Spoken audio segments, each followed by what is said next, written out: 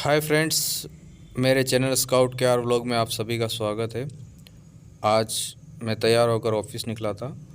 Office निकलने के बाद रास्ते में मैंने देखा कि ये फिर से आज बहुत भयंकर वाला कोहरा छाया हुआ है और ऐसा लग रहा है कि ये जो सर्दी है वो काफ़ी दिनों तक चलने वाली है।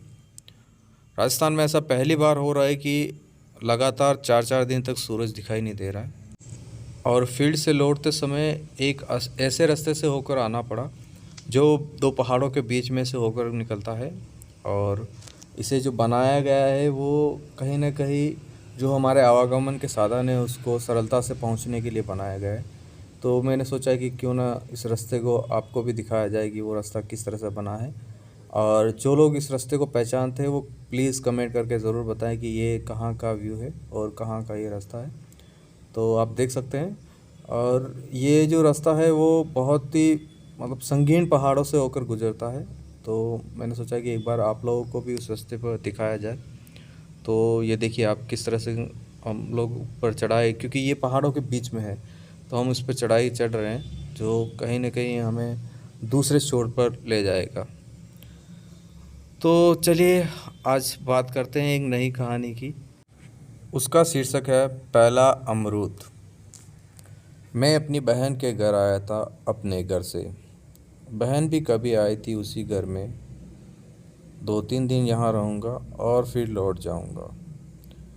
बहन भी कभी कभी आती है लेकिन उसका आना घर लौटना नहीं होता। हम दोनों ने एक ही घर से यात्रा शुरू की थी।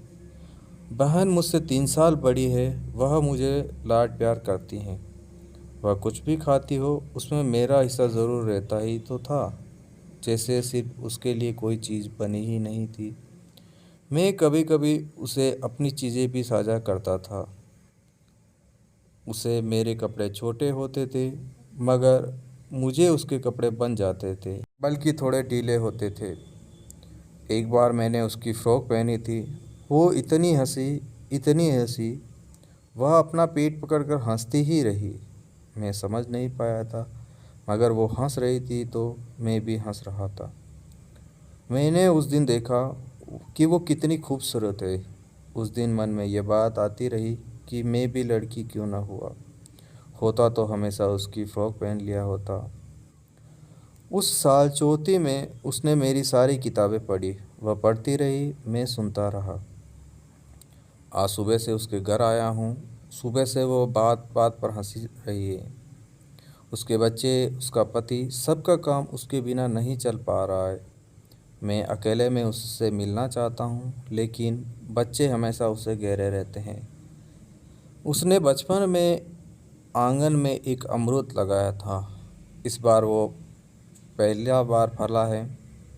यह फला पेल मैं उसे तोड़ कर देना चाहता था। यही उसे देने आया हूँ।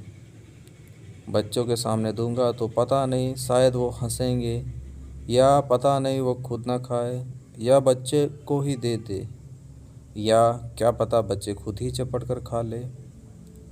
आज लौट रहा हूँ। रात की बस है। बस में सब सो रहे हैं। बस ड्राइवर जाग रहा है। ठंड की रात है। रास्ते में दुकानें हैं। एक दुकान पर सिगड़ी में आग लग रही है। उसके एकदम करीब 2 कुत्ते सो रहे हैं। केंटली बंदी रखी हैं। कभी कभी थोड़ी रोशनी दिख जाती है। वही दूर खेत में एक बल्ब लटका दिखाई जाता है। बाकी हर तरफ अंधेरा है। बस की हेडलाइट की रोशनी में थोड़ी थोड़ी सड़क दिखती जा रही थी। थोड़ी देर देखता हूँ तो लगता है रोशनी उतनी ही सड़क बनाती जा रही है जितनी कि बस चलने के लिए चाहिए। यह कैसी यात्रा है। सब सो रहे हैं। बस के बाहर भी सब सो रहे हुए हैं। सुबह घर पहुंच जाऊंगा। यह बस कल शाम को मेरे गांव से इसी रास्ते से वापस लौटेगी। मेरी बहन पहली बार इसी बस से ससुराल गई थी।